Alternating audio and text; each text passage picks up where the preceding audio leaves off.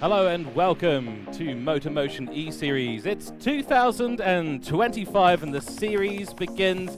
It's the Sterling Parts Carrera Cup as we head to Season 3. And what a way to begin the 2025 season with the entry-level program here at MotorMotion E-Series. It is a 6-round RCA low-level event where drivers can get in, get some practice and get involved. It's a good way to start off the year of racing with many seasons and series ahead, including the Manufacturer Masters, the TCR Cup, and of course the Premier GT3 Championship later in this year.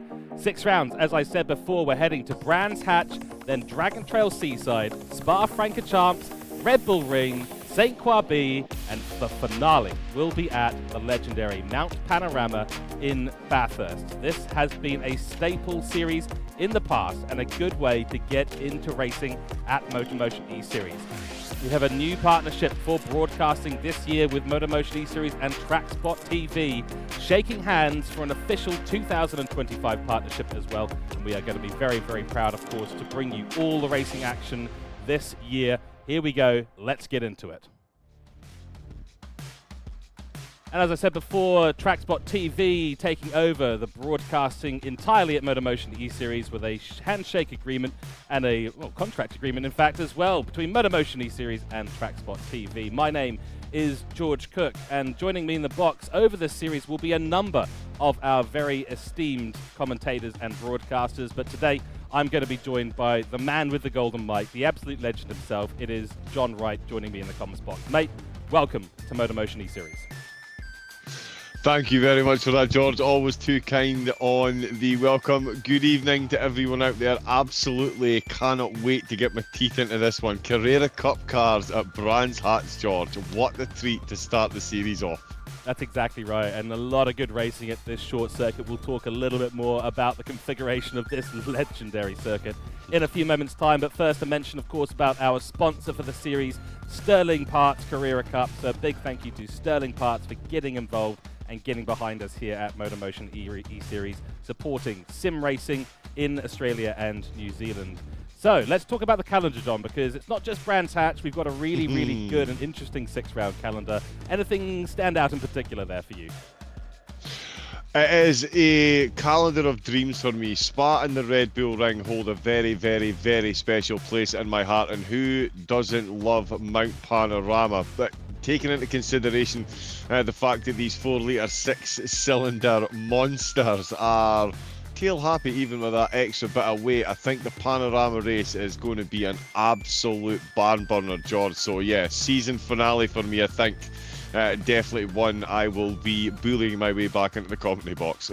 Absolutely right. Everyone loves a bit of Bathurst, especially here in Australia and New Zealand, but also across the world. Some say it is the greatest race circuit in the world. Certainly my favourite, but with the Porsches, as you rightly said, John, it is going to be absolutely wild. Those things do not have a rear end that is made of a grippy surface like the tyres. In fact, they do have ice skates on the rear surface. Talking a little bit today about the drivers and the teams and how the structure of the season will go. 16 drivers, 2 lobbies, and 16 teams as well, John. So 16 teams that have to have a driver in Division 1 and Division 2. We'll be bringing the broadcasting for both of those divisions for each of the rounds going forward. But it creates a really interesting dynamic. You've got your faster drivers in Div 1 and your slightly slower drivers in Div 2. Everyone gets to learn, everyone gets to train up. But you also get some fantastic racing, and the teams are going to be absolutely critical. They can't work together, so they've got to go on individual prowess and preparation. Indeed they do, yeah, and it's also a great learning tool. As you mentioned at the start, this really is a series that you can get your teeth, break your cherry, so to speak, in racing terms. And if you're paired up with one of the really quick pros, and they're all really quick pros in the top split, you're going to be getting some pointers. They might not be with you in the race, but they'll certainly be with you in the practice lobbies. And I'm expecting to see some incredibly close battles in both divisions. And I think the team championship idea is going to be absolutely incredible. I do think it won't be decided until the very last checkered flag is waved, George, based on the points in the standings that we've got. Yeah, I'm looking forward to getting this one underway. Absolutely. Point structure, of course, first place will bag you 50 points, second 42, third 37, and it goes all the way down to 2 points for P16. So everyone does get points regardless. Those also go and affect your team's standings as well, so a good result in both divisions can really elevate your team up in the team standing. Just a little note on the lobby settings here, will be grid with false start on. BOP, of course, is on, even though they're all using the same cars. Refueling rate set at 5 liters per second. Variable times 4, and fuel depletion times 5. Tire wear times 4, and that is, of course, the Porsche 911 2017 Group 3 car. Beautiful cars, and boy, oh boy, these liveries are also fantastic. Yeah, they are. I'm sitting here absolutely marveling at some of these liveries that we're seeing on the screen from the teams. Absolutely beautiful cars that we're going to be seeing out there. And as you say, ×4 and ×5 on the time, the fuel depletion, and ×4, of course, on the tyre wear as well. On the softs, the drivers, they're going to absolutely know about tyre wear around this track on soft tyres, George. They really will. I mean, the Porsche is a bit of a monster on its tyres. It just doesn't treat them well. It really is. It's just brutal. But I mean, especially with the weather here today, S1, so it's sunny. It's random ×7, C1, so a bit of cloud cover can come in. That'll help the tyre life just that little bit. But yeah, you light up those tyres even a small amount. I mean, we're going through Druids, we're going through Graham Hill Bend and all that. It's just, you're going to burn up the tyres. Brands Hatch loves that, and the Porsches love it. So this is going to be a wild event. Oh, it really is. It really is. The drivers are going to have to be absolutely on point to get those precious season opening points. And they are going to be precious. We've touched on the calendar briefly. It really is. This is a season, George, that is going to be absolutely vital to get yourself a good start. And the organisers, they've made it fun for the drivers at around 2.4 miles of ex-bicycle track. Exactly right. We'll run through the teams in a moment's time, but let's talk Brands Hatch a little bit before we get to that. Obviously in West Kingsdown, Kent, England. A couple of layouts available at this. We'll be going for the GP circuit, which is 3.9 miles, 3.9 kilometers, 2.4 miles, as you just said, 9 turns, and these are, just over a minute per lap. So with all the tire degradation, I wouldn't want to be a left-hand tire right now. If that was my future existence, left-hand tire, no thank you. Yeah, no, exactly. 100%, George. Those left-hand tyres are going to be absolutely squealing their way around the course, and the drivers will be more than grateful to see the checkered flag, I'm sure. I'm sure they will be. Let's run quickly through the teams. They've been up on your screens for the last minute or so, but entering the 16 teams are as follows. Lightning Motorsport making their return with Luke Stone and Troy Britnell. And then a new racing team, the MotorMotion racing team. So for MotorMotion E-Series, they are actually entering their own team this time with a great looking livery as well. Gopi Mahinderjit in the number 2 car, followed by Richard Robinson. Then it is One Bite Racing. Glenn Mead and Tony Griffin jump into that pink and white Porsche. Then it is Rusty Nuts Racing, Craig Hardcourt joining the team of the 269 car for Division 1, and Bryce Kentwell returning to the MotorMotion E-Series racing events. Then it is Team Capital, another new entry with Shane Attard and Aidan Chase, two very, very familiar drivers here at MotorMotion E-Series. They've raced in basically every single series for a couple of years now. Fantastic to see them return. Then it is Astor Racing, formerly known as, I won't actually say it, but Nick Pfaff is going to be jumping in for Astor Racing in the black and yellow liveried car for the number 92. And then it is Dylan Scarborough jumping in as well for Astor Racing. So two of them going at it. Was, of course, Dylan Scarborough Motorsport a long time ago, but they did decide to do a little bit of a rebrand. And on the back of some great success in previous seasons, they are looking for a good result this time. Then it is Black Rose Racing, a staple point here at MotorMotion E-Series. Steve Smith and Marcel Alperton will be jumping into the car. So a couple of new names there. Steve Smith has been involved in previous seasons, but he is jumping in full time with Black Rose Racing today. Collin Racing Team returns with Drew Griffin and Mitchell Collin, the team owner, the illustrious team owner, and a great Pertec liveried Porsche. Then it is CP Motorsports entering this year with 2 teams. Yes, 2 teams. CP Motorsports absolutely going for it. I'm sure Chase Perch will be absolutely stoked to continue his success within the MotorMotion E-Series ecosystem. Great to see them running a couple of teams. Riley Nicholson and Dave Crook will be running for CP Motorsports 1, and then Campbell Knowles, a well-known Kiwi driver, will be joining Graham Splint for CP2, as of course CP Motorsports 2. Diffusion Race Engineering, the Kiwi team returns with Aidan Sampson and Rick Atwell, two guys that we are very familiar with here, and the similar livery from last year. Diffusion Race Engineering will be looking for a good result, of course. Then Gridline Racing with the Scott Taylor being the team owner as always, and we'll make some jokes about him, I'm sure. He is one of the admins at MotorMotion E-Series, so he is absolutely in the firing line. He'll be joined by Chip Berry in the number 64 car for Gridline Racing. Then it is Hassel 1 Motorsport on the back of Championships 1, particularly at the GT3 Championship last year. Jackson Dean and Mark Hasseldean teaming up today and for this series in the Helix liveried Hassel 1 Motorsport car. These guys are ones to watch. They are going to be quick. Jackson Dean in the number 100 car is a champion in racing, and then Mark Hasseldean, of course, took out, I believe, the AM class in GT3 champs as well in the number 16 car. Hive IQ Engineering, a new team on the grid here. Nathan Wakefield and Stephen Harrison will be joining forces for this one. And last but not least, it is Hooncorp Esports. Matt Dernetti will be in the car. This man is quick. He is fast. Let's hope his strategy calls will be good, and as good as they have been in the past. Hooncorp Esports, of course, as well, with Mark Hogan and the team lead, Nathan Howe, in the paddock. So this is going to be exciting, John. Lots of teams, lots of entries, lots of history. And Carrera Cup is really the starting point for all this. We're very close to getting on the grid and getting this started. Indeed, yeah, as you say, that is an absolute murderer's row of talent there for some of the drivers. They really are going to be put to the test in these cars, so as we've mentioned, every aspect of the driver's abilities is going to be put. It's going to be all about the tyre management for round number 1, you feel. Given that we're at Brands Hatch in the Porsche GT3s, those tyres are going to get absolutely chewed through, so the drivers are going to have to be on their best behaviour while trying to earn as many points as possible. It's a bit of a catch-22, George, and it is going to make for some phenomenal viewing. It certainly will. Another mention as well, we will not be replaying the qualifying events. The standings, as we always do, are available on the website, but it is Matt Donetti who took pole position, followed by Airborne, and then Luke Stone and Captain Snooze, your top 4. Nick Pfaff in P5, Gopi Mahindajit in P6 for Division 1, Water Arrow in P7, and Jackson D lining up for Hassel 1 Motorsport in P8. Now, I do hear that the cars are on grid, John, so it's time for us to get going and get racing. Let's get out on track and get the Carrera Cup Season 3 Round 1 underway. Here we go. All right, and we line up on the grid. 3 lights, 4 lights, 5 lights. There's a false start at the back of the grid there already. Lights are out, though, and a great jump for Matt Donetti in that Hooncorp Esports car. Airborne looking like he's under pressure already from Captain Snooze.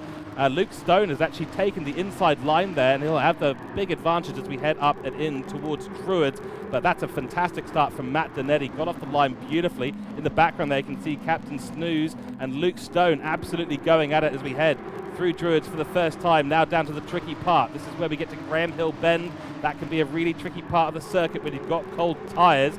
And you can already see the wear on those racing soft tyres, the TrackSpotTV telemetry down the bottom of the screen, showing wear on these tyres already. Everyone else around the grid, line astern, no issues in the first few corners. Excellent to see. Nick Pfaff in P5, Gopi Mahindajit right on his heels in P6 for MotorMotion Racing Team. Then it is Water Arrow for CP Motorsports 1, Jackson Dean for Hassel 1 Motorsports in the number 100 car. Louis in P9, Shane Attard in P10, Aidan Sampson in P11, Glenn Mead, Bruce the Shark, that is, of course, in P12. Scott Taylor rounding up in the unlucky 13th position, followed by Toolshed and Rusty right at the back of the grid at the moment. 14 cars on the grid today, 15, I should correct myself.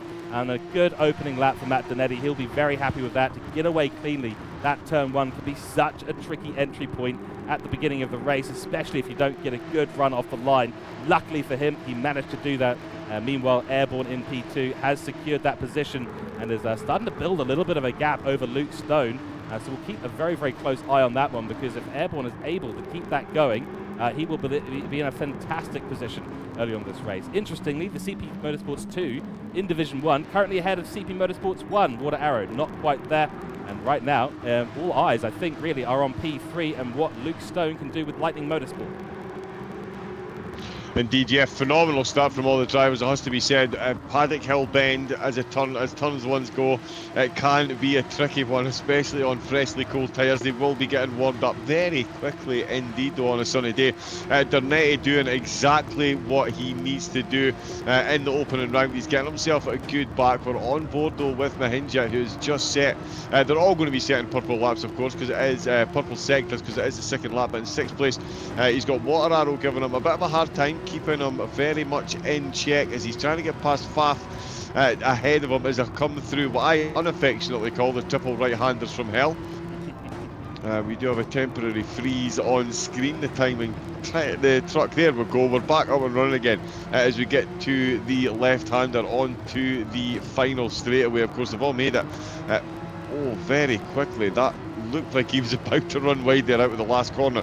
This course is so just absolutely almost designed for against the drivers. That just every single corner has such jeopardy on the way out, and you really do need to mount those curves. The drivers full commitment there. Mahanjit getting very close. Water Arrow, in fact, in the background there, it looks like Dean is caught up in a bit of a battle as well. Yeah, Water Arrow on the back of that with Blue and Atard. Sorry, they've just separated out, but down behind them still. There's more action going on as Water Arrow is looking very close along the Cooper Straight. Of course, the Graham Hill Bend and Cooper both named after very famous drivers. Down Pilgrim's Drop. Lap number 3, and Dernetti up at the front there, George. He is looking absolutely untroubled as Water Arrow was looking for a potential double overtake early in the race. That's right, yeah, and he is in a menacing position. I wouldn't really want to be going from the Hinderjit right now for MotorMotion E-Series racing team. He's in P6 and really kind of just in the middle of everything. He'll be getting a full dose of that dirty air, which is not going to be helping his tyres. Oh, bit of a moment there. Looks like Nick Pfaff has had a bit of a problem as we head through Surtees and now through... sorry, not Surtees, I get that wrong all the time. It is Sheen Curve, of course, and then through Stirling. So he's lost a position there. And Water Arrow not able to take advantage of that mistake, but he is able to take a mistake of Gopin Mahidajit, who got all offline through Stirling's and now finds himself in P6. Number 7 car in P6. He was at home in P7, I think. He'll probably not appreciate me saying that, but nonetheless, making some progress there already. Matt Dernetti out the front. He's just completely dominating this right now. And bear in mind, this is Division 1. This is our best driver. Big moment for that CP Motorsports car right there. Water Arrow is all over the show. And John, I want to call attention to this as well. This is a 30-minute race today. Now, these tyres probably not going to make it safely all the way to 30 minutes. No mandatory stop here. So what do? Do you push hard, use it, and then go into the pits? Relatively short pit stop transit here at Brands Hatch. Or do you try and save a little bit of tyres in this race? Yeah, it's going to, I think the opening few laps, now we're getting through the opening 3 or 4 laps, I think now is the time that the drivers will maybe start. Oh, as we see another driver, is that Captain Snooze, I think, just ran well wide there. Oh, he's really flirting with those track limits, and he's going to be flirting with 4th position because, sorry, it was Stone that went wide. My apologies, Stone that went wide. I'm the one that's snoozing. Captain Snooze is wide awake. He's got himself up to 3rd position as Stone. I hate to use this, but he is dropping like a stone because Pfaff has got an absolute run on him as well. And here comes Water Arrow again along clearways, and it's certainly not clear who's going to be in 4th as we get into Paddock Hill Bend for lap number 5 because Stone has really put himself in a difficult position then. Pfaff and Water Arrow are all over the back of him. Water Arrow already got overtakes under his belts. Captain Snooze is sailing off into the distance, and Stone, well, there is... short of his rear spoiler, looking from a long way back as Pfaff signalling that full intent. If the door is open, I'm going to walk on through, and if it's only half open, I'm going to pop my nose in there and see if I can find a way past, and he might just do it, and that's flirting with the track limits there.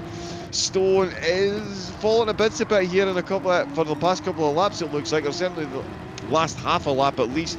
Runs wide, loses a position. He's Stone not quite breaking away at all. Sorry, Snooze not quite breaking away is where I was going for there, George. I'm getting myself, yet the adrenaline is absolutely pumping. The drivers are putting it on show, and Stone there, that minorest of mistakes, and that has really put him in a difficult position, and that's going to completely change up, I would think, his tyre strategy. Still got almost 3/4 of a tank of fuel, so plenty of time they can stay out, so it's all going to be about fuel and tyre management.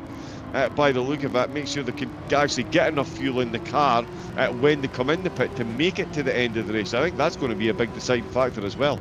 Yeah, I think that's right, and the no-stop strategy is possible, but boy, oh boy, you're going to be slow out on track. I mean, it's probably not really worth it if I completely understand it. Now, we do have a yellow flag out on track. Someone has gone for a spin. Let's see who it is. It is Airborne. So Airborne having a spin for CP2. He's got it all wrong at Clark Curve, and now finds himself nearly dead last. Only OGR Toolshed at the bottom of the grid had a bit of an issue earlier on that we didn't catch on camera, but yeah, Airborne from quite a high position within the top 10 now finds himself right down the bottom of the grid. And I think, John, this is just the point where the cars are starting to really struggle. You can see the racing softs are starting to degrade at a rapid race. Nice and sunny, warm, rare day here in England in Brands Hatch, and that is causing havoc with the tyres right now. Typically we'd see overcast, and it doesn't make sense that there's no rain available on this track. Nonetheless, maybe they're just trying to make a subtle joke. Either way, that is Airborne with a big issue early on in this race. We're only 8 minutes in, 22 minutes to go in this race. We're only on lap 6, and Nick Pfaff having another go at Luke Stone. I think the body language of Luke Stone car is starting to show the evidence who is going to be better on their tyres. Yes, you can pull push. Yes, you can go for a pit stop, but it's going to be how careful you are on that throttle. And I'll be honest with you, John, I wouldn't want to be a controller player in this setup. No, absolutely not. This is absolute full grip of the steering wheel. It's going to have to be absolute precision. That extra rubber that you can lose with those minor adjustments on the joypad really will take their toll on the tyres. We can already see the front left tyre, as George had predicted. The lefts are going to take a bit of a pound, and we're already halfway through the front left-hand tyre certainly is absolutely cooked at a minute in a couple of drivers. Captain Snooze then, with all the movers and shakers, he's up to second place. Stone now up to third with Pfaff in fourth. Mahinja is back up to fifth position, and Water Arrow holding on to sixth place. But as Captain Snooze that we're watching at the moment, we've not been watching Dernette because he's gone. He's already moved on to Dragon Trail. It's done and dusted for him in the minute with the cap he's got. He's already winning race 2 at this point. Captain Snooze is going to be paying full attention to his rear view mirror, and this is not a track where you want to be focusing on what's going on behind you. You really do want to keep a clear head on what's ahead of you. Such a short track, but the elevation change, as we can see, it's constant, and the triple right-handers from hell, of course, Westfield, Dingledale and Sheens, with a bit of Hawthorne Bend to start it. Those apexes, they do disappear. You are using a fence, the top of a fence to brake, and full commitment throwing the car towards the apex that you don't actually see until you're right on top of it. And again, off Clark Curve, the car's dropping down and back up again, and then back down the hill. Stone still holding on to third place. Captain Snooze in second, and there we go. Water Arrow comes into the pits, just under half a tank of fuel. He has left some fair wear on the tyres, and that answers that one then, George. 8 laps in, we're seeing drivers from in the top 6 come into the pits. So now this really is Water Arrow showing his hand to the rest of the field and giving the rest of the field a decision to make. Certainly, and the mandatory tyre here is racing soft, but we're also restricting the tyre. You can only use the racing soft. The fact that he's only made it 10.5 minutes out of a 30-minute race is a little bit of a tell there. Maybe he's going to try and run long on the second stint, just try and keep the tyres within a particular window and save a little bit of extra fuel. But certainly, we've used almost half our fuel, in fact more than half our fuel, and only a third of the way through the race. So these guys are going to have to make it at least to that 15-minute mark and then jump into the pit. I don't see at the moment, John, anyone out there trying to do a fuel save. So I get the feeling that it's really going to be full send today in round 1. Get the foot on the pedal, get it going, keep position, keep track position, because it's so important at a circuit like this, especially through that rear second sector after you get to the Derrick, Minter Straight, Westfield, Dingledale and Sheen. If you're in that dirty air, you're going to be suffering, but you need to be in front as a preference, get that clean air. You'll be actually able to use the slipstream effect. And speaking of slipstream, it is Gopi Mahindra slipstreaming on Nick Pfaff. Bit of contact between the two of them. Nick Pfaff does survive that incident. Gopi Mahindra tried to swing to the outside, but there was Nick Pfaff still there in the middle of the road, rightly so. He's able to defend, and now a really epic battle between Asta Racing's Nick Pfaff and Gopi Mahindra, a true legend. Wow, big moment for both of them on the Exeter Druids, John. Oh, massive moment there on the exit. That is a save of the century already. And I tell you, ahead of him, a Stone had a bit of a wiggle at the bottom of the hill, just as we saw Mahinja absolutely let go of the back of that Porsche and gather it right back up again. But we're talking about that front left tyre. Well, somebody needs to check the back left as well. Could well be a Code Brown moment. Down Pilgrim's drop. Look how much more pace he's got than Faf at the moment. And Stone is losing pace as well. He was getting a good gap against these drivers again. All you need to lose is a tenth of a second out of one of these corners, and you are right in the quagmire with the rest of the drivers. Captain Snooze, what a drive it's been from him. Up to second place.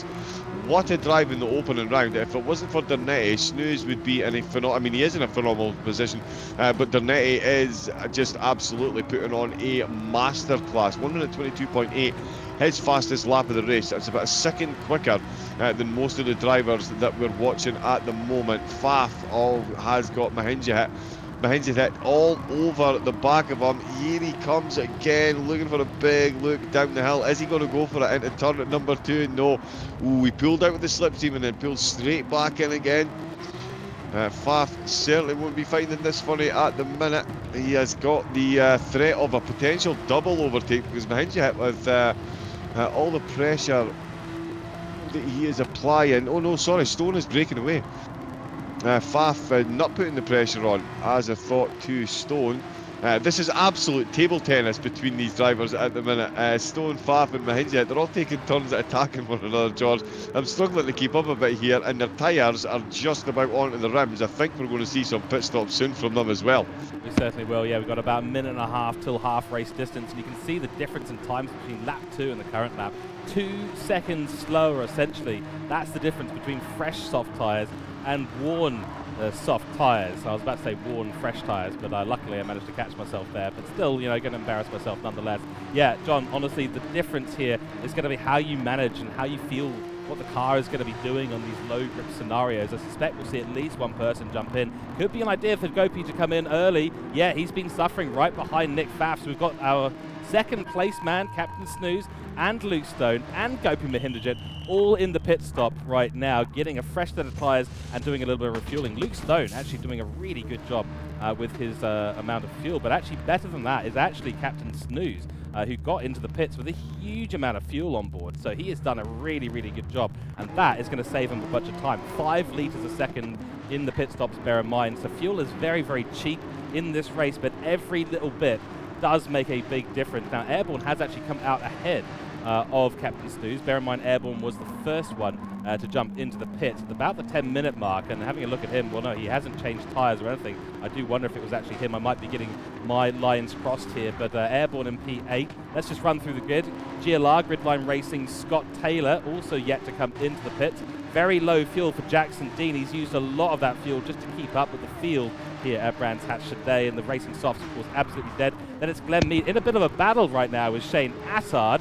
Team Capital, of course, for Shane Attard in front. So in P4 as it stands right now, with a few people who've jumped into the pit. Or Glenn Mead's going to have a little bit of a look. We come into Sheen's Curve. Nowhere to overtake at this circuit, really. Especially not Sheen Curve. That's a mistake for Shane Attard, and he loses the position. Hands it to Big Bruce, the Shark. And easy as you like, John. There we go. Indeed, yeah, and race leader in the pits as well, George.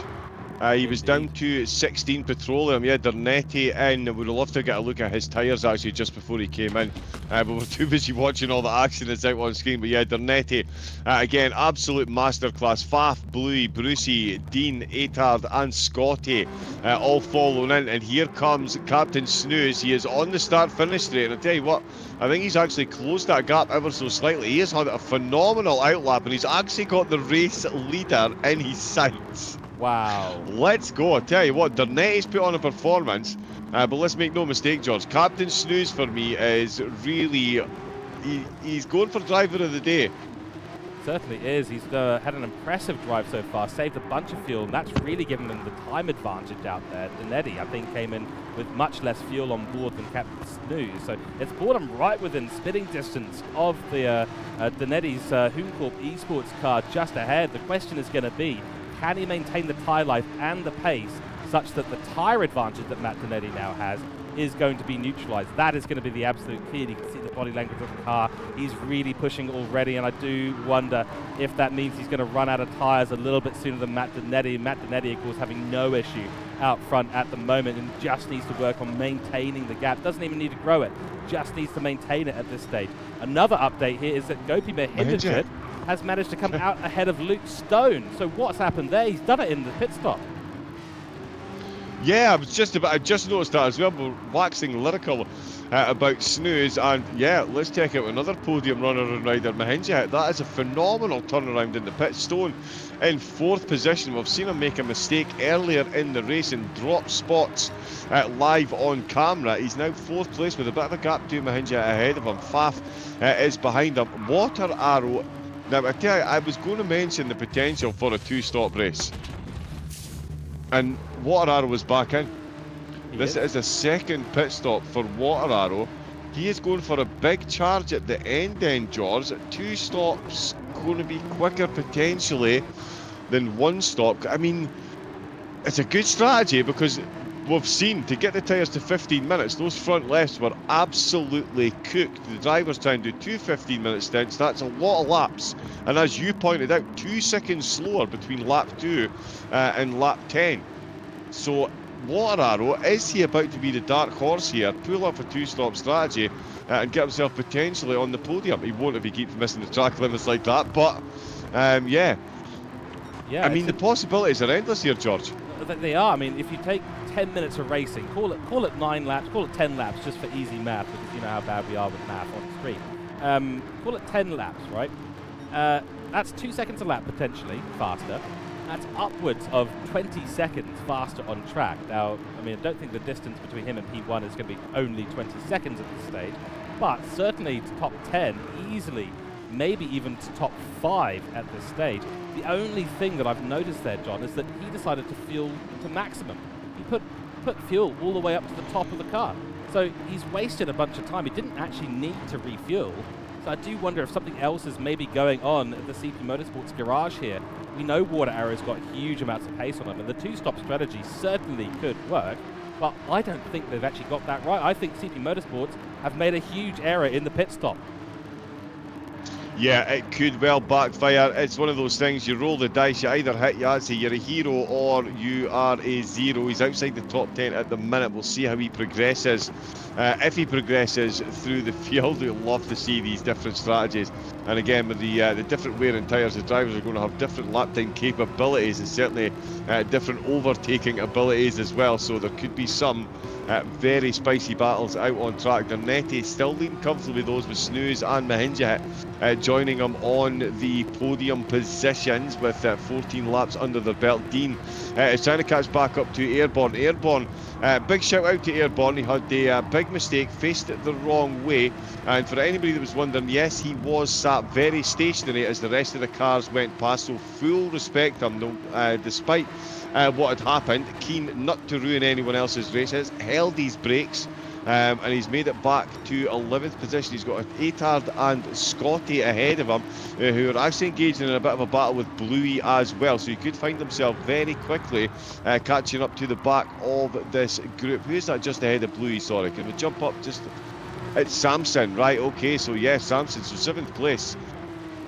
Just ahead is Samson. He's got a little bit of time, but Bluey, certainly Scotty and Atard all looking improve on their positions, and the drivers behind, I tell you, they will be absolutely hunting them down. It'll be interesting to see what Airborne does in the closing stages of the race, because he did have pace early door. But this battle for 8th position, George, is an interesting one right in the middle of the field, and again the drivers looking to get these important opening race points under their belt. That's exactly it. Makes a huge difference. There is quite a difference in points between, say, P1 and P16. It's a 48-point difference there. And, of course, it does go straight into the team standings as well. And you've got a second division making an effect on that. So 2 first places between the 2 divisions puts your team on 100 points. And that's going to be about 16 points clear of the next team too. So every single position, every single point, even though it's a shorter season, 6 rounds only, it is absolutely critical. I think that's Water Arrow all over the rear now. Shane Allard who's getting all sorts of out of shape in some of these corners. On board at the moment with Bluey, and he is still driving very, very nicely at this stage with a four-way battle starting to evolve here. And the question is going to be, when the tyre degradation starts to really kick in, which we're just on the cusp of that happening, this is going to become a very, very spicy last 8 minutes of the race. And I think this battle for P8 is going to absolutely evolve massively as we see Airborne having a little bit of a look there for CP Motorsports, not able to find a way through. Jackson Dean looks like he's managed to get past Water Arrows. We just checked back down the field, so Jackson Dean maybe on slightly fresher tyres. Water Arrow trying to have another look back through Druids, not able to do it at this stage. But this is going to be a one to keep a very, very close eye on as we head towards the last 7 minutes of this race. In the meantime, a man who's had very, very, very little time on screen, Matt Denetti. He built the gap, he's done it, he's out there. Hooncourt Esports in the lead in the beginning of the season. Their team owner, Nathan Howe, is going to be absolutely stoked with that. Yeah, absolutely. We keep talking about how vital it is to bring home those opening round points, and Denetti is certainly looking to do so. But the final two podium positions are definitely not decided, and I'm absolutely here for it. Captain Snooze, he is going to need to be fully wide awake for this one. Mahinja has had a bit of an up and down race, and it is trending upwards at exactly the right time. He is looking very quick as we head through turn number 1, and that is heavy on the brakes, and he is out braking Captain Snooze by a considerable margin there. He definitely looks like he's getting it done, and the tyres have got more than just a bit of wear, so full commitment coming into the closing stages. I don't think we're going to see either of these drivers come back into the pits. Oh, to tell you what, Snooze has run a little bit wide there. He's maybe slightly asleep at the wheel, George. Mahinja, looks like this is going to be a when rather than if type scenario, because Mahinja, it really is on it at the minute. Yeah, he sure is. I mean, oh, that's nearly a look. Is he going to actually try it there? No, he's not, because Hawthorne is not an overtaking zone. He had a little bit of a think about it. It is psychological war between that, and that might have just been contact there. It is. Gopi Mahinajit will redress the position as he is supposed to. This is the rule in MotorMotion E-Series. You do, if you can, redress the position as much as possible, but actually he's too far back. Captain Snooze has been punted all the way back into P5 and out of the podium positions. Nick Pfaff with a penalty. Gopi Mahinajit, he's waiting. He has decided, no, I've got to redress the position. That's the rule here at MotorMotion E-Series, where we absolutely aspire to the best racing possible, and that was a fantastic race between the two until a small mistake happened. That is good, respectful sportsmanship-like driving right there from Gopi Mahinajit. I do salute him. Unfortunately, it has cost both of them a podium at this stage of the race, and now we find ourselves with Luke Stone back up in the P2 with Nick Pfaff behind him. Oh, wow. Brands Hatch, ladies and gentlemen, you are welcome. This is what it offers. He slights a mistake, and yeah, Mahinja, absolute hats off. Complete sporting conduct there. Could have easily cruised off into the distance, redressed the position, and has cost himself a crack at the podium, to be fair, because he's now got to try and get that overtake done and then chase down Pfaff as well. And I don't think Pfaff fancies handing over the freebie that they've just been gifted. And Stone as well back on the podium. It was looking almost a lost cause for Stone after that mistake in stint number 1. He absolutely cannot believe his luck at the moment, and Snooze and Mahinja, they are still continuing that battle as Pfaff and Stone continue off into the distance. Brucey and Bluey 6th and 7th with Airborne up into that 8th position. And actually, yeah, can we get a check on Water Arrow as well, who did 2 stops, came out, so he's up to 11th place. So he has made up 2 positions. And I tell you what, he's got Attard and Scotty not too far ahead of him either, George. I think the fresher tyres could very well hold him in some very good stead, and he could still be looking at a top 10 with only a couple of laps left to go. That's right. Oh, big mistake there from Shane Attard on the exit of Sterling's, and that is a Water Arrow immediately ahead. Luckily, he was out of the track area, but he must have put a couple of tyres directly off the track there, put the power down. Porsche, of course, very powerful bit of machinery, and that is a position lost and out of the top 10 for Shane Attard as well. That releases Water Arrow to get after GLR Scotty. That's Gridline Racing Scotty, the team leader of that, with a beautiful black and red livery this season. I absolutely love these guys. Do great liveries. Everyone does great liveries on this grid. Water Arrow, big moment for him. on the Exeter Druids. This is absolutely wild. There's no grip. They're on ice skates, and that's off the track as well on the Exeter Graham Hill bend. It's all kicking off from P8 down to P10. Campbell Knowles leading us away in this group in P8 at the minute. But will that last? How long will that last? Because these tyres are disappearing very, very quickly. Yeah, they really are. The rubber is leaving the rims an incredible rate at the minute. Water Arrow almost leaving the track at an incredible rate there. He had the scent of a top 10, or inside the top 10 at least, position within his grasp. Couldn't quite make it stick. Faf and Stone, they look like they are continuing. They're looking to continue the podium battling treats that we've had so far. Second and third place still very much undecided at the moment. It's not the two drivers that were in those positions not too many laps ago. He's having to look up the inside of turn number 2. He's thinking about it. He is getting very close indeed. Graham Hill Bend is going to be a very close affair for the two of them. No, it's not going to be as close as I thought, actually. That is Stone gathered that up well. Faf was maybe a bit too close, a bit more braking pressure applied by Faf than he planned, just to keep it out of the back of Stone. But again, a driver that is looking the quicker of the two. But this is Brands Hatch, and as we've seen over the opening 20 laps, George, anything can happen at any corner to any of the drivers. Exactly. We are now on the penultimate lap of this race. There should be one more lap after this. We keep a close eye on it, and I just noticed the tyre life for Luke Stone. I nearly lost my words there for a moment. But Luke Stone's tyre life right now is marginally worse. In fact, not just a margin, it's quite significantly worse than Nick Pfaff, who's done a fantastic job with the tyres. He is very familiar with these Porsche machines, and everyone's forced, of course, to get into the Porsche. Some have been racing in it, of course, in other series here at MotorMotion E-Series and around in different leagues. So some people will be more familiar with the monster that is. But Nick Pfaff drives off the track. He's luckily collected it, but Luke Stone gets a breather right there. A massive breather that he absolutely needs on low fuel and low tyres compared to Nick Pfaff. And that was a big one, because now he's really potentially put himself out of the shot for a P2 position. We are on the last lap of the race, John, as I understand it. We'll see exactly where Matt Donetti is.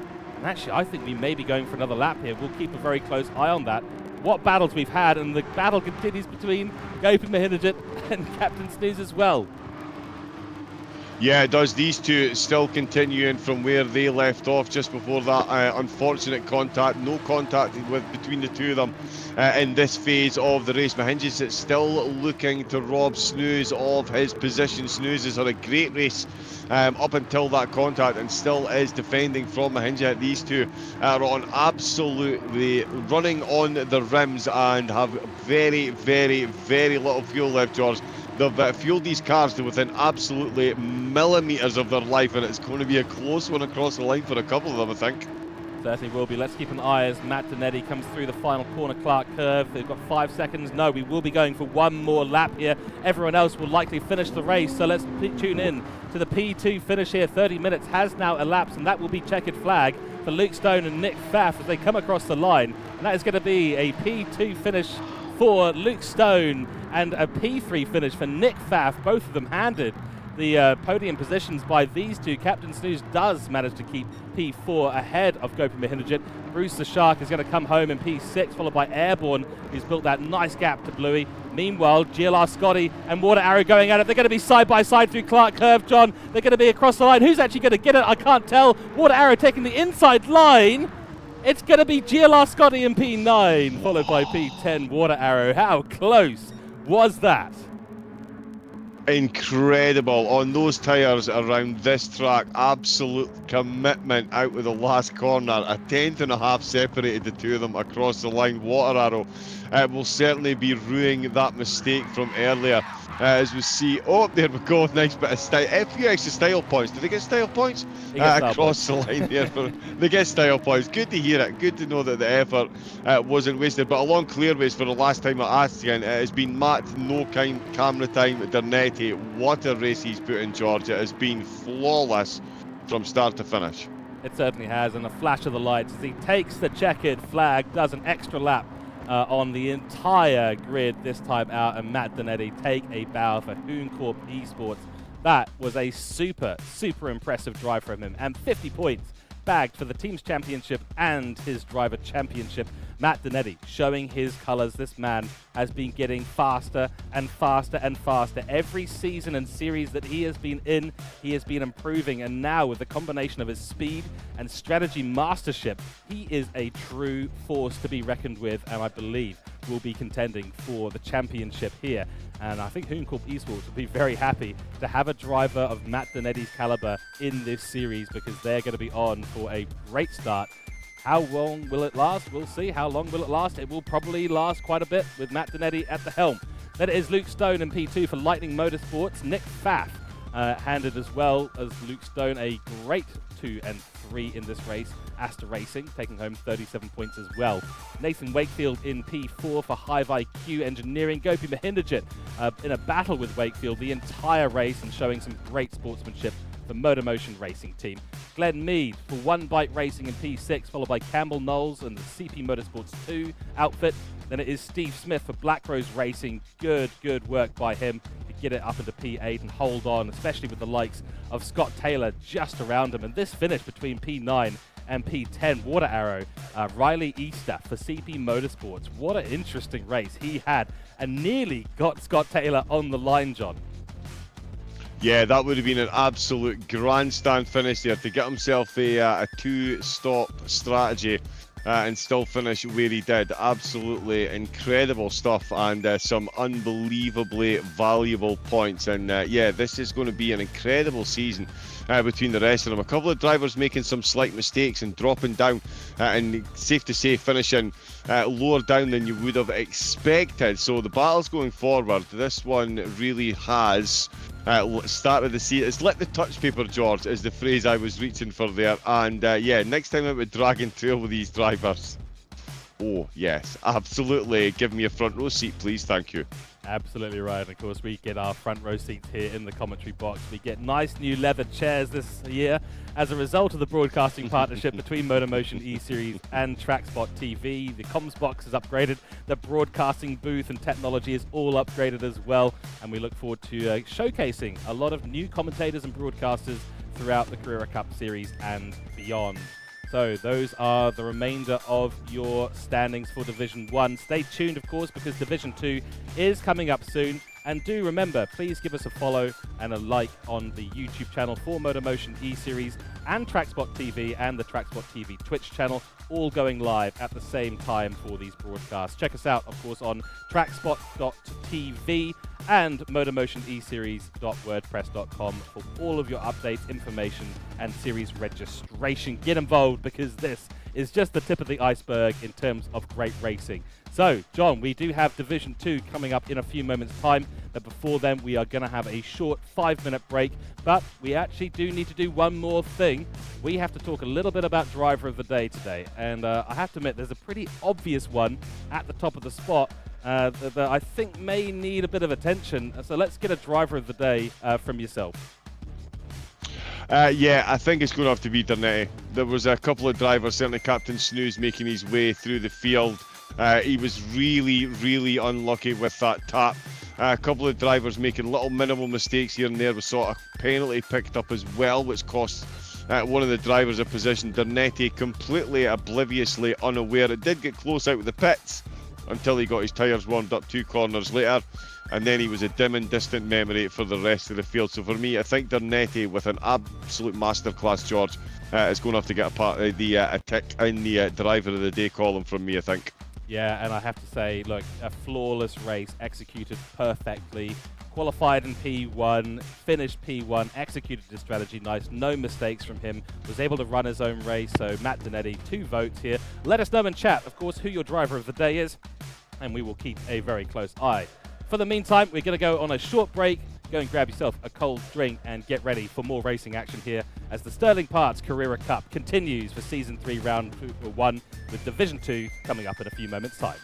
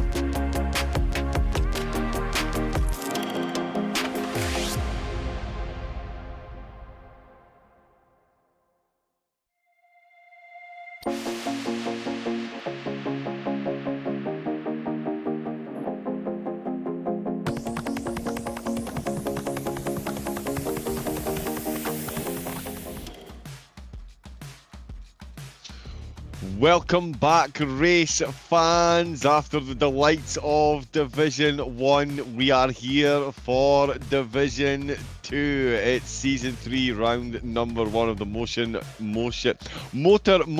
E-Series. Sponsored by Sterling Parts, of course. It is the Carrera Cup. My name is John Wright, fresh from race number 1. I will be joined in the commentary box for this one.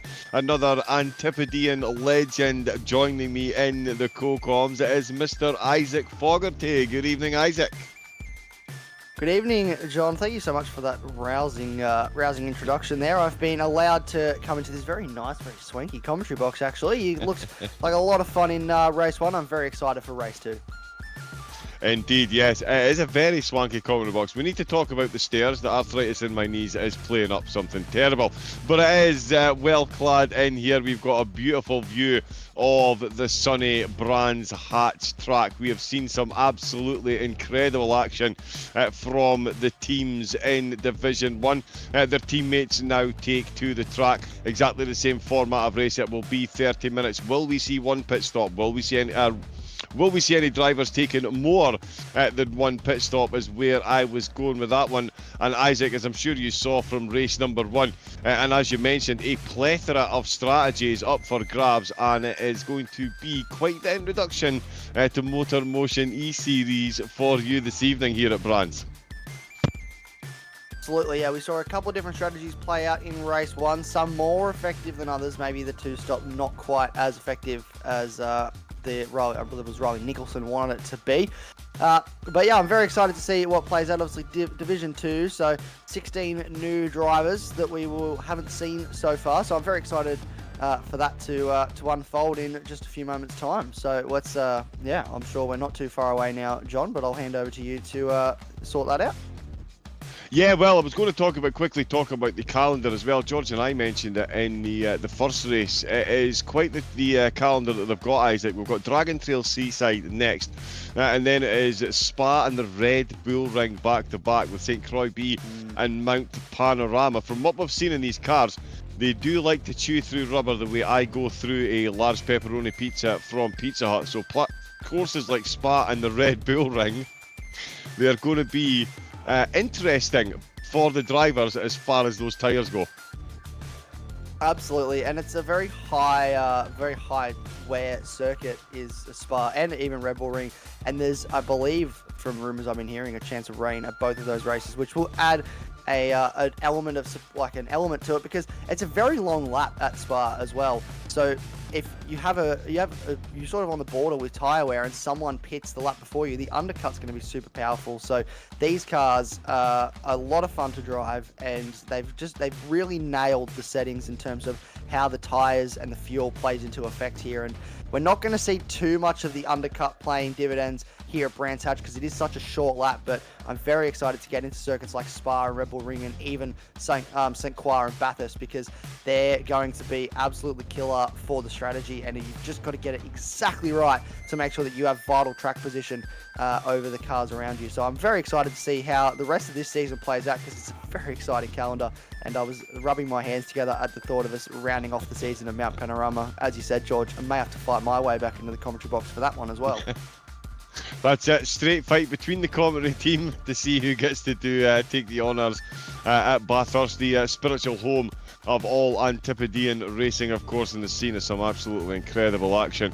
But we've got, thankfully, a few races to go before we get there. 50 valuable points up for grabs for the drivers here at round number 1 of the MotorMotion E-Series Sterling Parts Carrera Cup.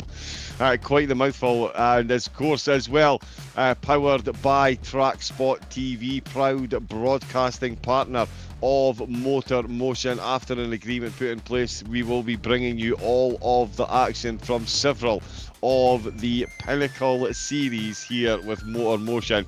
And if round 1 was anything to go by, Yeah, absolutely. Cannot wait to get my teeth into the rest of it. I believe the drivers are lining up on the grid, so we will be getting ourselves underway very shortly indeed.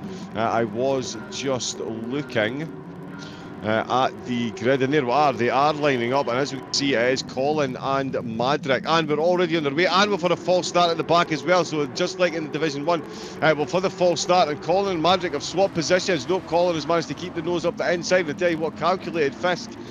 Calculated risk is taking a calculated risk. He's got himself up to second place. Madrick now down to third. Madrick back up to second place. Nope, risk has retaken second. We've got Hasseldean, Skippy, Robinson, and Chase all doing the chase. And oh, and he's having a look up the inside there. Is that Hazeldean? I believe it is in the orange and red machine there. The Shell Oil, beautiful livery on that car, looking for a big move, and in fact more moves going on in the background there. I think that's Blue Dog, is it C? That's a CP car that's getting involved in some of that background action as well. Skippy holding on to 5th position for CP at the moment. He's been hunted down by Robinson. These are two teams that were battling away. It's MotorMotion. They were battling away in the... Oh, and that's a big wiggle there by Skippy. Skippy has absolutely lost momentum, and that is going to put Robinson and Hazeldean safely up the road. Skippy is certainly going to be skipping back onto the track and needs to keep it firmly between the mayo and the mustard. Brands Hatch will bite on every single corner, entry and exit, and we're finding out the hard way then. Oh, it's Chase. Is that Chase? No, Chase holding on. It's Blue Dog, sorry. Oh, Blue Dog's gone sideways out the penultimate corner. He's facing the wrong way. There's been a huge collection of cars there. 2 or 3 of them slowed down. That's Blue Dog for CP then. It's going to be Griffin after the false start right back into it. But Blue Dog there with a big mistake on the way out of Stirling's. And that was the wrong way around. Up at the front of the field, Colin is still leading the way, but calculated risk with that calculated move in turn on the way out of turn number 1 and into turn number 2, finds himself up in the second place with Magic in third, and that is what you call a Brands Hatch start, Isaac. Calculated risk and Colin here breaking away, and the rest of the field, those small moments can equal huge margins, and these two doing well to stay up at the front. Absolutely, as you said, those small moments make for massive gains or massive losses, depending on which side of the coin you're on. But it was a great start for Calculated Risk. He's found his way up into P2 and right behind our race leader of M. Colin at the moment. But Madrick not too far behind. You can see him slightly starting to close in and reel in these front two. They got away from him a bit throughout that first lap. He was a little bit, maybe overcooked those tyres on the start, just had a little bit of tyre heating issue, but he started to pull it back now, and these cars are very fickle in terms of the tyre window and the tyre life, so hopefully he can start to get into a rhythm now, keep those tyres in a nice little window, and stay with this lead pack as they run away from Hazeldean at the back. But yeah, very intense start up and down the grid, everybody getting the elbows out early on to just hold on to that key track position because it's so difficult to overtake around here. As we see Calculated Risk going very late on the brakes into turn number 2, and he didn't make contact. That was very good from Calculated Risk. A very calculated move to not make contact with M. Colin and wipe out the race leader. But this is, we've got a car around in the background. That is Robinson, I believe, facing the wrong way. Just got too wide on the curb. He's brought another car with him, trying to work out. I believe that is Skippy. And not sure entirely what happened there, but it looks like they just got too wide on that curb, and that curb is very slippery at the best of times. But when you're on cold tyres, you're still trying to get the temperatures to come up, John. It can bite you getting wide on that curb.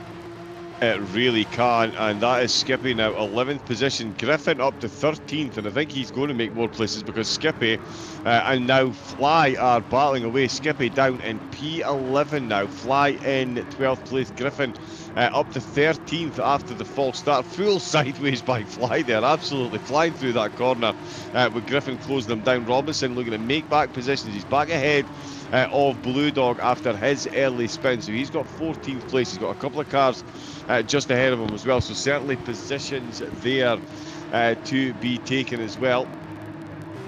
And no one picking up a penalty. Blue Dog down at the back of the field. Colin has got himself a bit of breathing space, all things considered. Not so much for Calculated Risk. Magic coming right back into the hunt, and Hazeldean Oh, right on the back of this battle. That was a little bit deep there by Madrick, and Hazeldine looking for a move on straight away. He's not going to have the momentum to quite pull it off, but Madrick cannot afford any of those. Oh, and I tell you what, he left the door wide open there through Surtees. That is my most feared corner when I'm behind the wheel of a car.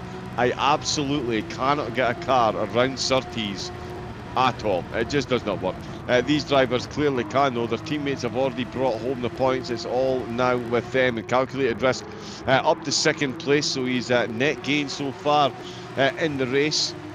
And I'm just thinking as well, the tyres are starting to wear. We're 4 laps in, so we are starting to see a bit of red on those tyres, particularly on the left-hand side. As you said, Isaac, the undercut not going to fare you too well here at Brands Hatch, but at the moment these drivers fully engaged in this battle it's a 4-way battle for the lead. Yeah, which is brilliant for us. Gives us plenty of action to watch. I love a good 4-way battle for the lead. The more cars that are involved in this battle, the better it will be. Not for them, because their heart rates will be through the roof, but for us, it's excellent to watch. And I mean, the undercut, probably not the most powerful thing around here, but certainly if you're in a situation like this where you see calculated risk, have a little look up the inside of Colin there, just show the nose, maybe just a little bit of an intimidation tactic there to make him think twice about where he's braking for that turn 2. But yeah, just looking at it, I think maybe the undercut could play power or could play dividends here, but it means that you will be vulnerable at the end. But then again, track position, so important around here. It's so hard to overtake. So maybe we could see someone go for the undercut here, given how close these guys are together. It seems that Hazeldine's dropped off the back a little bit of this group. He's just maybe spectating, just having a bit of a watch. Doesn't want to get too involved because you never know what could happen. It's a very intense circuit, very narrow circuit, especially through this section here with a lot of fast right-hand corners. And it's very easy to make a mistake, slightly unsettle the car, and if you make contact with someone, it's game over for both of you through here. But these guys doing an excellent job so far, all improving their lap time, so they're pushing as hard as they can. There's no conservation going on from any of these guys at the front at the moment. You can see on the track map just how far away this top 4 has broken from Chase and Harrow down in 5th and 6th. These guys have really started to pull away, and you can see there is Chase sort of on his own at the moment. Harrow seems to be being hassled by Legendary Berry behind him, and then they're a bit close between 6th, 7th and 8th at the moment. But yeah, Chase just sort of in a little no man's land at the moment on his own. Britt's Lightning doing a great job, and then here we go. This is a battle for the back end of the top 10. Marty McFarty, we got RBR Hodges and P1 Skippy, who's trying to come back after that early spin down at turn 3. Is pushing really hard to get back inside the top 10, and he's sitting in 11th at the moment, doing a great job. But yeah, what a race. Oh, we've got a car around. That is the 22 car of Marty McFarty. SP Tools Porsche has spun at the same place that we saw, I believe that was P1 Skippy go around earlier, and R. Robinson go around. So that curb is taking a few victims today, John.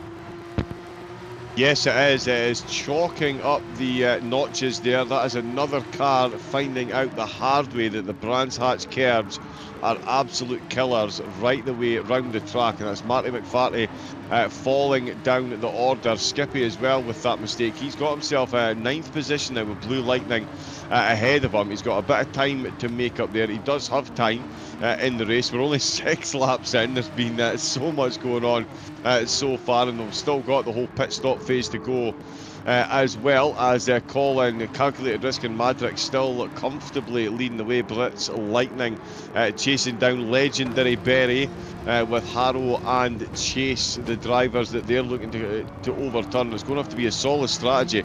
As Isaac mentioned, these drivers from 5th downwards are certainly lagging behind the top 4, who are absolutely separating themselves from the rest of the field at a fairly commensurate rate, even though they are pretty close to one another. And still, Calculated Risk is in the lead. The lead has changed hands. We'll quickly jump up onto the top, and Calculated Risk has got the lead of the race, and it looks like he's got it done through Graham Hill Bend. That is absolutely frightening. Calculated Risk, he is very calculating, and he has taken absolutely no risks because he's got himself the lead of the race. Colin in 2nd, Madrick in 3rd, and Hazeldine in 4th place. And I'll tell you what, Colin could be down another podium position before the end of the lap if this trend continues, because Madrick has certainly got the bit between his teeth as he chases him out of Stirling's and a long clearway and calculated risk. Look at the gap he's instantly pulling out of that penultimate corner. He really is the quicker of these 4 drivers up at the front, and he is going to get the chance to show it now. And again, away he goes. And I tell you, that is some very good driving. It's now Colin, Madrick and Heseldine. Yep, it is a solid 3-way battle for 2nd place, and calculated risk, it looks like, Isaac. He's got the job done. That is a phenomenally timed overtake, 8 laps in. Oh, he's just run a little bit deep there as I'm saying that, but still, yeah, good overtake by Risk, clearly, and he a well-deserved race leader at this stage. Yeah, absolutely. That's crucial for calculated risk to get track position. We've talked about how important that is around here, given how hard it is to overtake. And it looks like that it was through this little area last time around that he managed to get the move done on M. Colin, who's now trying to come back at him. He's in the slipstream and closing up to the back of him, but he's not going to be close enough to make any sort of move stick through this section of the track. But yeah, that is absolutely key for calculated risk to be in the lead of this race. Now you can see he was pulling away, so he's definitely quicker in the final sector than the cars behind him. M. Colin just looks like he's maybe struggling with a little bit of rotation in the front of that car. The tyres starting to go off now for all these drivers, and M. Colin maybe just not aligning with the tyre wear and not have enough synergy is the word I'm looking for with the car at the moment, given the state of the tyres. So Calculated Risk doing a great job on these worn tyres. Drivers will most likely try and split the race 50-50. That's what we saw in common with most of the strategies in the Div 1 race. So I wouldn't be surprised if we see, most drivers coming around that 15-minute mark, try and make the race split equally in half. There may be a couple guys that try and come in earlier or come in later to do the undercut or overcut. I wouldn't think the overcut is particularly powerful around here, so you'd want to do the undercut, if anything. But I don't think we're going to see many people try and do a 2-stop strategy. We probably would have already seen someone in the lane if that was going to be the case. This is a battle that is going on for 5th place at the moment, the back end of the top 5 with Chase and Harrow. Chase was sort of in no man's land for a little while there, John, but it looks like Harrow's reeled him back in, and this is getting a little bit spicy, a little bit intense. They're a fair way off that lead pack and fair way ahead of Prince Lightning and RBR Hodges behind, but it looks like they're going to have their own little battle here for 5th place. It does indeed, yeah, just as we were saying that Harrow, they're having a little bit of a wiggle. The tyres are certainly starting to run off, as you can see at the bottom there. Those front lefts are well beyond usable, so the lap times are going to be suffering. And so, of course, is the grip. Harrow having a bit of a moment there, not quite the size of moment that we've seen already for some of the drivers, but certainly enough to separate them ever so slightly from Chase and give Brits Lightning a little bit more impetus to go catching up. Robinson not too far behind Lightning either. The two of them are going to need to go like lightning to catch up to Calculated Risk up at the front, with Colin in 2nd and Madrick in 3rd place. And Griffin as well. I'm sure it was Griffin that had the false start at the start of the race, now up to 10th place. So while others have made those little mistakes, Griffin made a big mistake at the start and has now managed to recoup pretty phenomenally. Blue Dog is up into 11th position with everything that's gone on as well. He's ahead of Skippy, one of the drivers that took that early spin, and Skippy's been in the pits. So Skippy's taken his pit stop. That is some fresh looking tyres there. So that's a bit early, so Skippy's going to be down on tyre wear come the end, so really does need to push at this point in the race, you would say, Isaac. Absolutely, this is going to be where we see the undercut try and come into its own. He's P12 at the moment, a little bit off the back of the pack, but obviously everyone in front of him starts to transverse the pit lane. So it's gonna be interesting to see where he pops out. But obviously he wants to push as hard as he can now to make sure that he has track position. The question mark for me is going to be what his fuel looks like at the end of this race. He's going to have to do a bit of fuel saving from the looks of that to make sure he gets to the end. Marty McFarty running down in 13th place, obviously after that spin at the same curb that we saw P1 Skippy fall victim to. And then Legendary Berry, who has also come into the pit lane, so he's stopped as well and gone for that early stop. He didn't put anywhere near as much fuel in, John. He's only got half a tank left. He's definitely not going to make it to the end, so I'd say this is going to be a 2-stop strategy from Legendary Berry. I spoke about earlier how we didn't really think we'd see anyone try and go for the 2-stop, but it looks like he's going to try and pull it off here, which is a very bold call.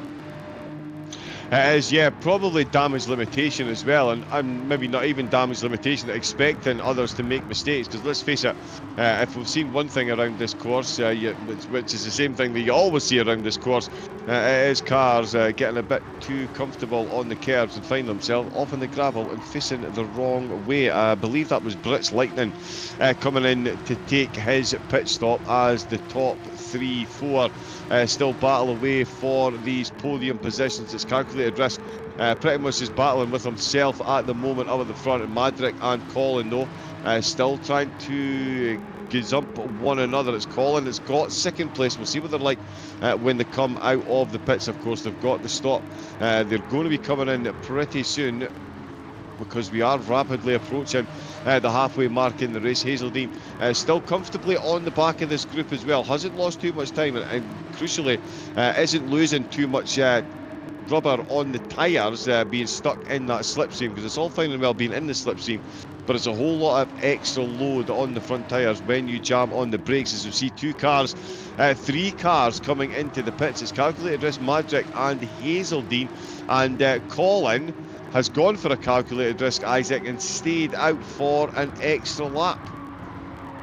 This is a bold call. I wouldn't feel too confident in this if I was Colin. He's look at that front left tyre. It's almost pretty much completely depleted, and these guys behind him are all going to get on fresh tyres and just absolutely send it for this up. They're going to be cool tyres. Don't get me wrong. So it's going to be a little bit tricky, especially these first few sections of corners. As we see, Madrick has come out in front of calculator risk. That is huge. Madrick took less fuel in that stop to make sure that he got out in front of calculator risk. We've spoken so many times, have we, John, about how important track position is around here, with how hard it is to overtake, and that is absolutely key, because I wouldn't be surprised if both of these guys will jump Colin in the lane unless Colin decides to severely underfuel his car. So I would think that that is Madrick getting himself in a position to lead this race, which is absolutely huge.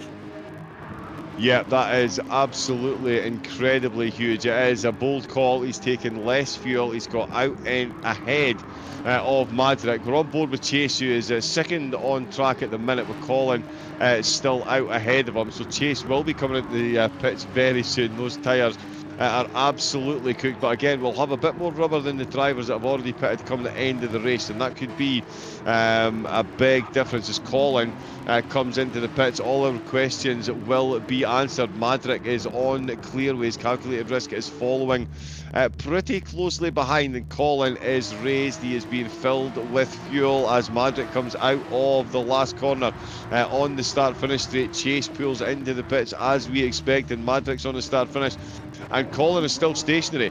Colin is now released, and he's behind calculated risk. So he is behind calculated risk as well. So risk and Skippy still needs to. Oh, Skippy with the early stop. Yes, Skippy had the undercut. Yes. Yeah, so he's gone for the early two stop. Sorry, on you go. Yeah. Yeah.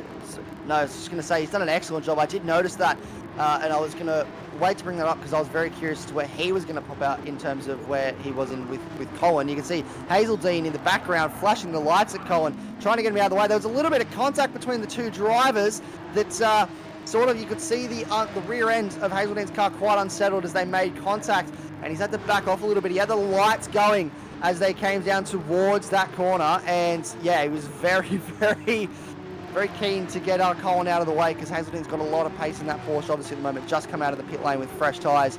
But yeah, that's really good from P1 Skippy. The question mark now becomes, what can he do in terms of tyre life? I don't think he's going to be able to make anything stick. We see all these cars going at it here at the moment. This is for sheep stations at the back of the field. We've got Griffin having a look on Harrow, and this is about 6 cars involved here. We've got cars going side by side in the background. That's Robinson going side by side with Hodges, and he's managed to make that move stick to get up into 11th place. Remember, Robinson had a spin early on in this one, John. And this is really good. This is about 6 cars from about 7th place down. We saw another car getting unsettled there. That was Griffin in the number. I can't see what number that is, but he got quite unsettled there in the blue, or 62. There you go. That's the number car and the Polaris car. And he's doing a great job to hold on to that. He did a great job to catch that, actually. Brilliant car control. But it's all going off here for the back end of the top 10. Yeah, it really is. Right through the field, they're battling for positions. The top four might have broken away, but the drivers behind certainly still keen on fully engaging in the motor racing experience. As he's going for a big move up the inside, Griffin is side by side. They're through turn number 2. That is some very good manoeuvring there, and he's got the car. Oh, he's going to be on the outside. He's going to lose a position. Oh, they almost make contact there. Harrow almost making contact, and I think he's about to gain a position there. Robinson looks like he is closely involved, but Harrow is side by side. Himself and Robinson are swapping positions to head down towards Pilgrim's Drop, and it is Harrow that's got, has he got his nose in front? He has got his nose in front just, and that's about all he's got in front. As they head down into the start of the triple right-handers from hell, Griffin is in a battle ahead of them as well, so there's still plenty going on ahead of them to get involved. Robinson looking for a counter move almost straight away then. Doesn't quite make it stick. It does look like Griffin is going side by side ahead of them as well. Oh, and it's completely different lines for the two of them. They do manage to pull it off though. Robinson got a great view of the 3 cars ahead of him. No one ahead of Madrick at the minute. Chase being chased wholeheartedly, it has to be said. And I tell you what, the whole group, that whole group of 4 or 5 cars, there's still plenty of positions that could change hands in the closing stages. Chase on the fresher tyres, looking pretty good out at the front of that group. Out of the front of the entire race though, it is Madrick leading the way, and it is absolutely a lead that he will be relishing at the moment. He's got it all done in the pit stop, so it's all down to the fuel. He's going to need to make sure he's taken on enough. It's Colin in 3rd place with Hazeldine still holding on to 4th. P1 Skippy has been back into the pit, Isaac, so he's gone for the 2-stop and he's got himself back out in 5th place with some very, very, very good tyres now going into the closing stages. He could potentially be a minor worry here for the 4 drivers ahead of him.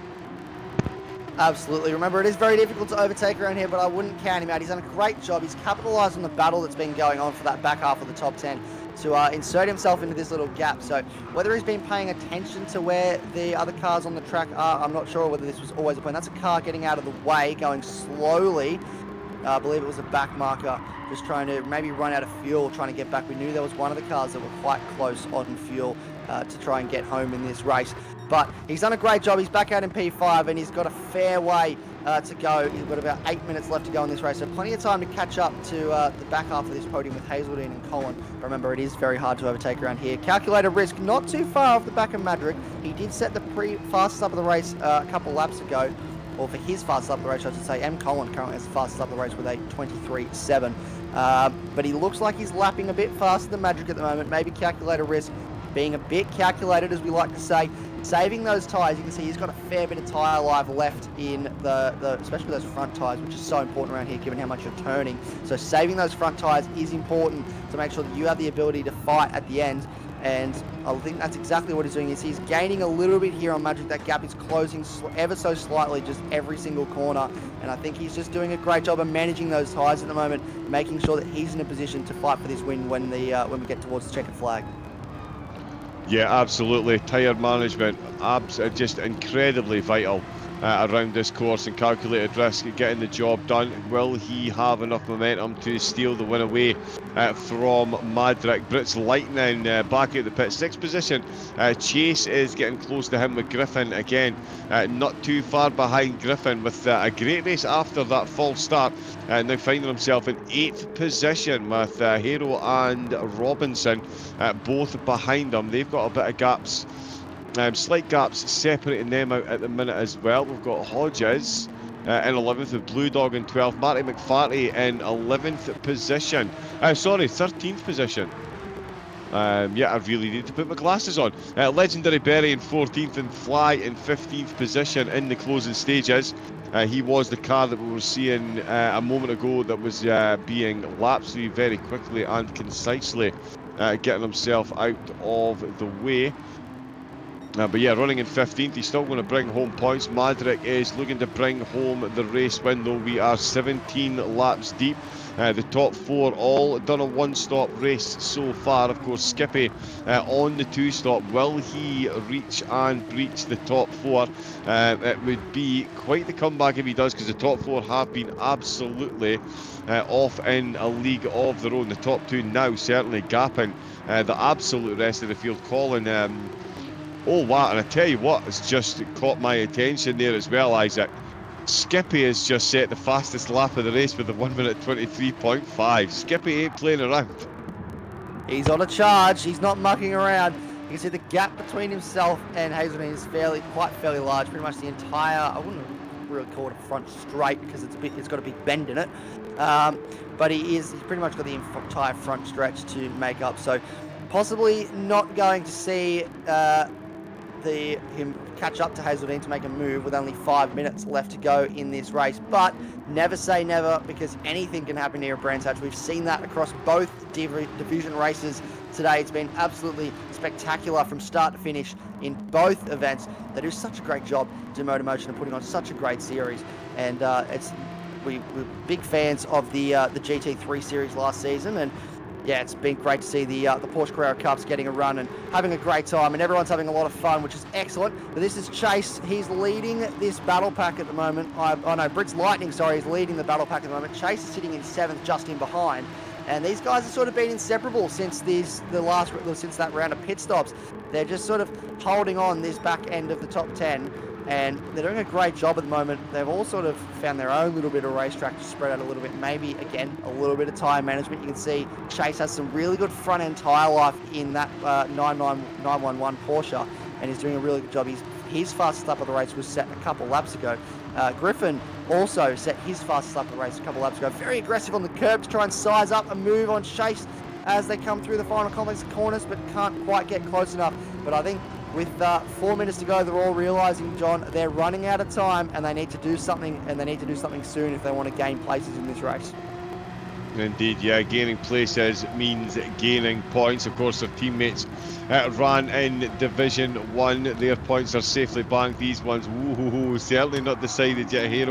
Harrow having a good look up the inside of turn number 1 there. Griffin just staying on the racing line, but Harrow certainly indicating an eager willingness to take those positions if they can. 9th in round 1 is not bad. 8th is just that little bit better, and Hero mounts the curbs absolutely beautifully there. Robinson, full commitment in the background as well.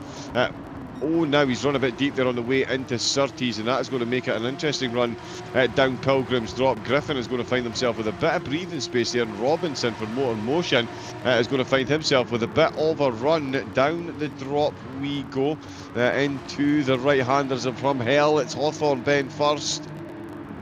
They're kicking up that little bit of gravel. That really does make me nervous. Everything at this course makes me absolutely nervous. Because it is wild. You can see the amount of rubber gathering at the side of the track. There's a lot more sitting there on that corner exit than there is on the front left tyre of Robinson at the minute. We're 19 laps in. He's been into the pits once. That has been the predominant strategy over both divisions. We've seen one driver in each split go for a 2-stop strategy. It didn't work out quite so well. Calculated risk is taking the lead. Colin's taking the lead. Madrick's in 3rd. Madrick has dropped to 3rd position. Calculated risk is in the lead. Madrick has had some kind of incident in sector number 1. He was gone. Well, he wasn't gone. He was in the lead. He was close to calculated risk. He was starting to get a bit of a gap there, and Madrick, with 20 laps gone and only a few minutes left on the race clock, he's dropped from 1st to 3rd, and Colin has been re-promoted back to 2nd place. Hazelden, captain consistent, 4th place the whole race, no questions asked.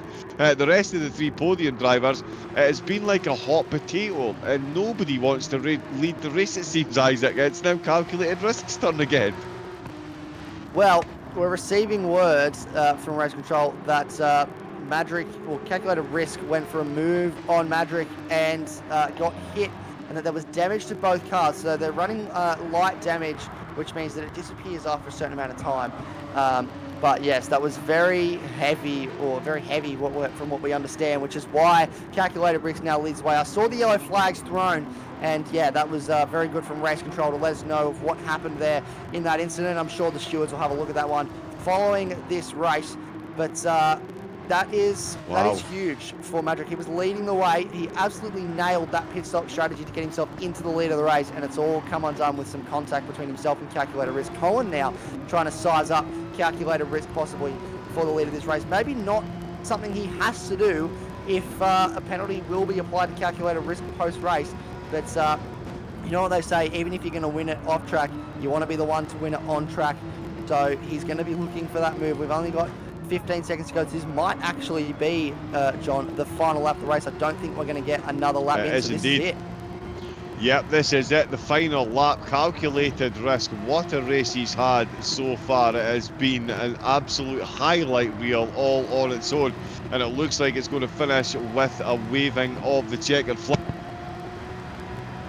Coming along clearways and into the final corner, it is Calculated Risk is going to win round number 1. Or is he? It's going to be a grandstand finish. I've maybe spoken too soon. They're going to be side by side across the line. There's nothing between them, and it's going to be Calculated Risk that hangs on by 1/10 of a second. Colin in second place. Madrick comes home in third. Hazeldine, Captain Consistent, in fourth. Skippy makes the two-stop work, to be fair, gets himself 5th place, but Calculated Risk, what a drag race out of the last corner, but he does bring home the win in Season 3, Round 1 of the MotorMotion E-Series, sponsored by Sterling Parts.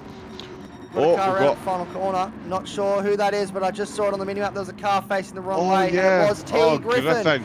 It was Tony Griffin was facing the wrong way at the final corner. He was 7th place heading into the final complex of corners. He'd done a great job after that false start to get himself back up there, potentially on for my driver of the day. But I just saw a car facing the wrong way, and it was Tony Griffin, unfortunately. Not sure if he was helped or whether he did that all on his own, but with his low tyre wear, you could probably safely say it was very close to being on his own, which is very unfortunate for him. But wow, what a finish to that race, John. Absolutely massive as we have a look at the race results. Indeed, yeah, what a finish that was. Griffin finishing in 10th. One bite racing, you had more than one bite of the cherry there, and lucky to finish in 10th. Marcel Albertine, though, for Black Rose taking the win. Colin Racing, I believe that's 2 podiums so far in round number 1. That's not bad. Mitchell Collin at the wheel. Ricky Aptwell finishing in 3rd with Mark Hazeldine. Captain Consistent there in 4th position. Chucky and Chase 5th and 6th with Britnell and Robinson bringing the cars home in 7th and 8th for Lightning and MotorMotion teams respectively. Stephen Harrison in 9th and Tony Griffin, as we mentioned, in 10th place. The Hoon Corp got themselves a win in Division 1. They've got themselves 11th in Division 2 with Chip Berry and Gridline Racing 12th. Dylan Scarborough, who is of course the series organiser, bringing home unlucky position number 13 for Astor Racing. Graham Splint in CP2 in 14th, and Bryce Kentwell, the Rusty Nuts Racing team, in 15th position. Huge amount of action there for such a short track, Isaac. Absolutely incredible opener for the season. Brands Hatch delivering, MotorMotion E-Series delivering, and the drivers definitely delivering. Yeah, absolutely. It's a wonderful combination, isn't it? Porsche Carrera Cup cars and Brands Hatch. It always ends in fireworks. And I've got to give it to I've got to have a driver of the day, and I've got to give it to Dave Chucky in 5th place for CP Motorsports. He had that early spin. The curbs of Brands Hatch did in fact bite him and send him right down the order, and he did a 2-stop as well. So 2-stop to come home in 5th place just shows how much pace he had today and how good he was. And I think if he didn't have that spin early on, he may have been up there for potentially taking out the race win today. So great job for P5. But what about you, John? Who are you looking at for driver of the day today? Yeah, that is a tough one. I think with the contact that changed the lead of the race, I'm not sure I can give it to Marcel Albertine. So I think what I'm going to do is give it to Mark Hazeldine. kept his head while everyone around him couldn't quite keep theirs, and he's held 4th position from start to finish. That is the sign of a consistent driver, and if there's something that will win you a championship, it is consistency. I've been presiding over sim racing for 5 years now.